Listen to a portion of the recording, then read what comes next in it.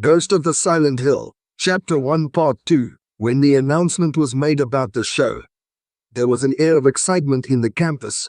Indian films became the hot topic for discussions of the actors, the movies, songs and singers of the debate kept on till the cinema van arrived on Friday morning. Though the movie was to begin after lunch at 2, all students arrived from their hostel by 10 in the morning. As soon as the word spread that the cinema van had arrived, they requested the canteen owner to prepare early lunch and he happily obliged. He didn't want to miss the show either, so a picnic in the lawns before the movie got added to the entertainment package. The technicians got busy setting up the movie theater, surrounded by a crowd of chattering, curious, excited students. By 1:30, a big crowd had assembled outside the makeshift cinema hall. Word had spread in the 2-mile radius and many families arrived uninvited for the show, so the movie was running a full house. Mar's contentment was marred by the fact that Ma wouldn't be joining him. She had developed a severe headache and had declared her inability to come. Another missing member was Nima Vaidya. Her infant daughter was running a fever and she had decided not to risk exposing her further. The machinery developed some snag and the movie show could begin only by 2:30. Once the black and white movie began, the excited chatter instantly died down. Although the area around Nime's house was never a crowded zone, due to the presence of the student community, it was seldom that still during the daytime, there would always be some kind of activity, sounds and laughter around. Today, an overwhelming silence hovered on the region like hushed mist over a calm ocean. Ma swallowed her paracetamol tablet with water and decided to take it easy. It was a rare opportunity to rest in the afternoon. All children, including the hyper youngest, were away for at least 3 hours. She made herself snug inside a quilt. Soon the medicine took effect and she was fast asleep. A kilometer away, Nima fed both her daughters. Chitra had been restive since the morning. Her fever made her cantankerous. Nima put nasal drops into her blocked nose, soothed her, sang her a lullaby, and finally managed to lull her to sleep. Vera was playing with her toys. Her sleeping hours were decreasing day by day as her curious little mind was focused on the discovery mission. It was a lovely summer afternoon with a cool and pleasant breeze blowing gently. Nima opened the window to allow fresh air inside her bedroom. She stood there, admiring the blooming flowers even though the intense silence in the area was making her uneasy. A fleeting memory of the eerie incident of last month crossed her mind but she immediately tossed it out. Hadn't they prayed ardently for the peace of Hari Ram's soul? She once again joined her hands and said a quick, silent prayer, but the loneliness depressed her today. She felt left out. She wanted to watch the movie. She had seen only 2 in her lifetime. That was before her children had been born. Raj hadn't even offered to stay back with the babies and allow her to go, but then he was needed to maintain discipline among the students. Nima heaved a deep sigh and withdrew from the window. Since Vera was up and playing, she couldn't lie down to rest even though her back felt stiff. There was some stitching left to be completed. She had been stitching dresses for her daughters. She kept the sewing machine on the table and sat down to work on it. An icy draft of air entered her room through the window. She shivered a little. The wheel of the hand-operated sewing machine continued moving in circles. The needle went up and down to attach the small bodice of the frock with the skirt. A sudden dimness in the light made her wonder if it was getting cloudy. She had her laundry drying on the clothesline outside. The weather in Shimla was so unpredictable. The pre-monsoon rains would start any day, declaring an end to the divine summer season of Shimla. Her mind kept wandering from one thought to another. Her hands deftly kept on stitching the dress. A stray dog enjoying the late afternoon sun in the porch suddenly whined, breaking her thought process. The whining became distant. The dog had rushed away. Had someone heard it? "How are you, Mem Sab?" The voice greeted her from the window. "I have come to take Vera with me." The sound was different from the last time. It was resounding and hollow like an old broken record. It was not a natural human voice. Nime's hand froze at the wheel of the machine. The tic-tac of the running machine slowed down. The wheel continued to move for a while, and then gradually stopped. The profound silence added to the shock. A chill was running down her spine. She couldn't dare to raise her eyes to look at the visitor. Her heart shuddered with fright, her hands and legs trembled. Why is Hari Ram after my Vera? Where does he want to take my child? Doesn't he realize he's dead? From the corner of her eye she noted that Vera had stopped playing with her toy. She was gazing at the window and smiling. She had recognized the visitor. Then the child slowly got up and began to move towards the window with her arms extended. On an impulse, she glanced at the window. Hari Ram wasn't like the last time. He was ghostly pale, with his eyes sunken into 2 large sockets. His attention was focused on Vera.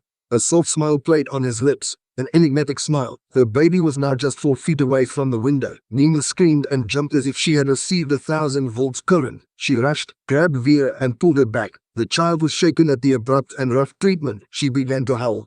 Nima lifted her in her arms. She darted towards her little baby calmly sleeping in her cot. Snatching her up, she ran towards the door. She undid the latch with a jerk. She didn't stop to put on her slippers. Didn't glance towards the visitor. In 10 seconds she was running away from her house, her howling daughters tightly clutched in each of her arms.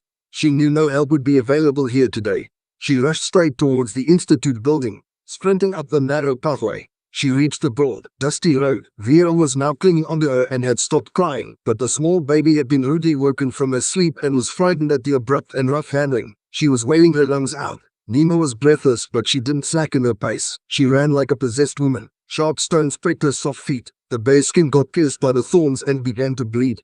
Her strong instinct to save her child from the looming danger made her heedless to all the physical pain. Tears streamed down her cheeks, making her almost blind. She reached the uphill path that led to the Institute building and her salvation.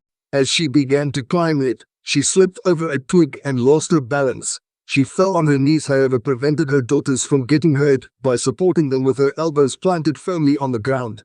Her knees and elbows were severely bruised. She remained mindless of the injuries. She didn't even realize that she was badly hurt. With superhuman efforts, she sprang to her feet again. She threw a quick glance behind her. The cloud of dust that she had produced was thinning. A shadow was clearly visible behind the dust screen. Following her, she muffled her scream and ran with all her might. The path was steep and rocky, cut into broad rough steps. With her 2 daughters held tightly in her grip, she sprinted on. Neither did she reduce her speed nor turn to look back again. On and on she raced till she reached outside the building. She stopped there for a moment, for she could hardly breathe now. Her head was spinning. A severe pain tightened her chest. She took a few deep breaths to steady herself and instinctively glanced to her left. Towards the path she had just traversed, the ghostly figure of Hari Ram stood at the edge of the path, expressionless and somewhat vague now, almost a translucent shadow of his original self. It was the most frightening ghostly apparition Nima had ever seen. She shrieked and dashed towards the door. With both her hands engaged, she was momentarily at a loss how to open the door. It was then that she sensed a sudden pressure on her left arm and a strong jerk where she was holding Vera. She tightened her grip on her daughter. "Leave her alone," she screamed and banged the door with her head. The door was not bolted. It swung open and she stumbled into the reception area. She couldn't maintain her balance and crashed against a table, her waist taking the blow. There was no one down here, not a single person from the office staff. She rushed up the staircase but stopped halfway. She couldn't go on, not anymore. Her waist hurt badly, her lungs were bursting, her arms were stiff from exertion. She couldn't hold her elder one any longer. She needed one hand to take the support of the railing. The child understood and clung onto her. Giving her a free hand, holding onto the railing, she pushed herself up and up, one step at a time, with all her might, with the last bit of her strength, guided by her maternal instincts. The creepy scream had woken Ma up. She still lay in bed, wondering if she had been dreaming. She was unsure, but her headache was gone. She felt much better. She looked at the clock. It was close to 5. The movie should be getting over shortly. Anyway, it was also time to go to the kitchen. Children would come home hungry. Ma recognized Nima's voice. Why was she screaming and rasping? She sounded so awfully panicky. Ma jumped out of the bed and ran to open the door. The moment she did that, Nima swooned and fell unconscious in her arms. Ma managed to grab Chitra and prevented the baby from falling on the hard floor and getting badly hurt. Vera hopped off her mother's lap at the end moment and stood next to her sprawled body, shocked, shivering and sniveling. Ma intuitively shut the door and locked it. She then put the baby on the divan and rushed to fetch water for Nima. Her condition frightened her. Tear-stained cheeks, disheveled hair, her soul torn at the bloodied knees, arms and feet coated with mud and blood. Something terrible had happened. When she returned, Nima had regained her consciousness and was looking around with her eyes wide open. Vera sat clinging to her mother. Nima was wheezing and trembling. She appeared so frightened that even Ma was shaken. She hadn't ever seen such intense fear in anyone's eyes. What had gone wrong with poor Nima? Perhaps she needed a doctor. "Here, Nima, sip some water. It'll make you feel better." Nima accepted the glass of water in her shaking hands as Ma rushed towards the door to call for help.